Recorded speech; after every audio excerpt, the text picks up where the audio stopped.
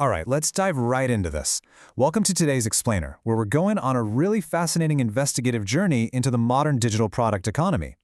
We're going to look at how people are actually monetizing artificial intelligence online right now, specifically through digital marketplaces like WarriorPlus. We hear constantly about massive tech companies building AI, but there is this entire, thriving underground economy of solo creators who are packaging and selling AI capabilities to everyday people. And today, we're pulling back the curtain to look at both sides of it. So here's our agenda for today. 1. The AI product boom. 2. Selling the perfect ask. 3. The marketer's backstage pass. 4. Deconstructing the sales funnel. And 5. The final verdict. Let's get to it. Section 1. The AI product boom. Beyond just software. Okay, so we've totally moved past the phase where just having access to an AI is some cool novelty. Now, it's all about making it actually useful. Because, let's face it, every new AI user eventually hits a wall. You've probably experienced this yourself.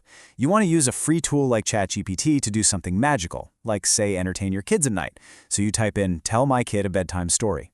And what happens? You get what one creator perfectly described as beige mush. It's just this generic, forgettable story about a princess and a dragon that leaves your kid looking at you like you just served them plain toast for dessert.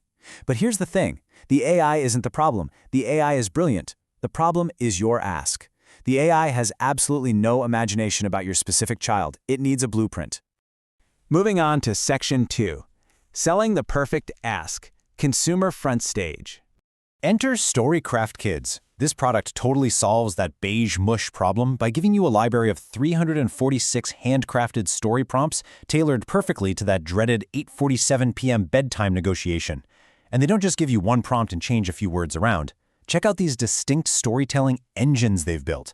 In Engine 1, the AI literally becomes a character, like a retired dragon yawning mid-story. In Engine 4, it's a message from another world, maybe a diary entry from the monster under the bed who's actually terrified of children. Or Engine 6, which takes your child's real, actual day and turns it into an epic myth. The product gives you this really simple prompt picker app. You just type in your kid's name, their age, their mood, and boom, it spits out the perfect, complex prompt to paste into any free AI. It basically provides the imagination that your generic prompt was missing. And here is the absolute brilliant anchor of this entire consumer pitch. That whole library of 346 prompts, the app, 10 finished sample stories, and illustrated covers, it costs just $17.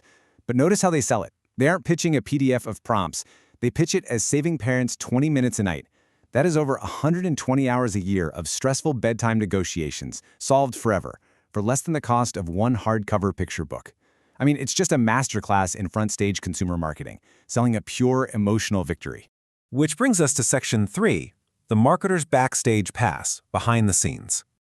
All right, so if Storycraft Kids is the glossy front stage, who is actually creating these products and how do they learn to do it? Welcome to the backstage. This is where marketers on platforms like WarriorPlus are selling products directly to other marketers. Let's look at Multimodal AI Mastery by a veteran creator named Jason Okel. Unlike that highly emotional bedtime story pitch, this is a cold, hard, 80-page, 18,000-word guide. It teaches you exactly how to build marketing campaigns using AI-generated text, images, and video across tools like ChatGPT, Midjourney, and Cynthia. But here's the catch. You aren't just buying it to learn from it. You are buying it for this: private label rights, or PLR. This is a massively crucial concept in the digital product economy. When you buy this package, you are buying a license that lets you literally slap your own name on it, rebrand it, and resell it to your own audience. You aren't getting a software tool here.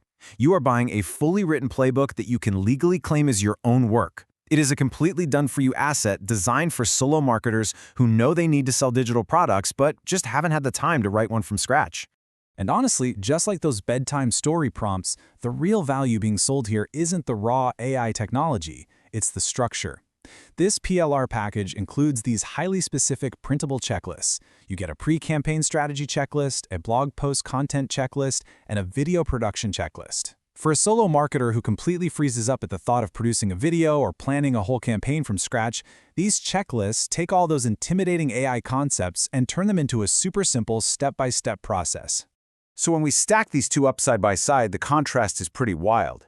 The consumer mindset is entirely about buying emotional solutions.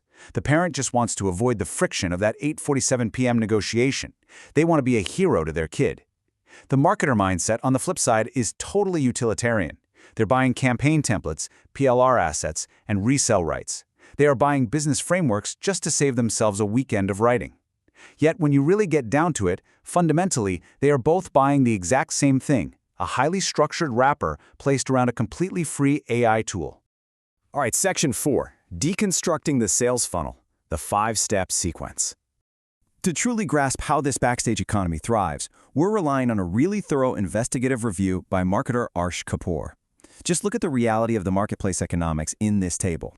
When you click on that PLR product, you see a headline price of just $9.97 for the front end. It seems incredibly cheap for an 18,000-word guide, right? But as Kapoor's review maps out, that is literally just the beginning of a 5-step funnel. If you click yes to every upsell, from the order bump to the multiple one-time offers for extra lead magnets all the way down to the elite membership trial, that little $9.97 impulse buy rapidly transforms into a $52.71 purchase. Now, Kapoor's investigation impartially highlighted several red flags that buyers really need to navigate deliberately instead of just clicking through on autopilot. First off, there's a strict all-sales final policy with 0 refunds right from the start. Then, that $7 order bump hits you right at checkout, but at the time of his review, it literally had no public description of what it actually included, just a vague note saying details coming soon. There was also a slight 15-cent discrepancy in the pricing of one of the offers between the affiliate page and the live dashboard. But the biggest trap by far is that bottom one, a tiny $2.99 trial that quietly locks you into a $17 per month reoccurring continuity charge. So you might be wondering, why do so many people promote these funnels if they're so aggressive? Notice that massive 75% commission offered on the front-end product during launch week. That plus 50% commissions on the rest of the funnel creates incredible urgency. It completely incentivizes a swarm of affiliate marketers to push this exact product to their email lists all at the exact same time. The product isn't even really selling itself. The generous commission structure is essentially weaponizing an army of marketers to sell it for the vendor. And that brings us to Section 5, the final verdict. What is actually sold? So we've seen the front stage, where parents buy these magical bedtime solutions, and we've walked through the backstage, where marketers are navigating aggressive upsells. But if you strip away all the emotional marketing, and you strip away that intense launch urgency, at the very core of this new digital economy, what is actually being sold? It's pretty simple. Whether you're a parent seeking a bedtime story or a marketer seeking a campaign, you aren't just buying AI, you're buying structure. The real commodity in 2026 isn't the free AI tools themselves. The real commodity is the curated, highly specific structure that finally makes those tools reliably useful for everyday life.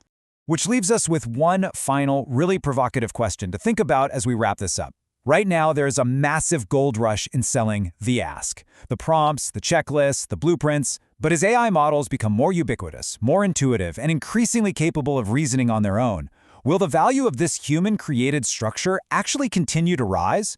Or are we just living in a temporary window before the AI eventually learns how to structure itself? It's definitely something every creator and consumer needs to chew on. Thank you so much for joining me on this explainer, and hey, keep your eyes wide open the next time you see a digital product promising to do all the work.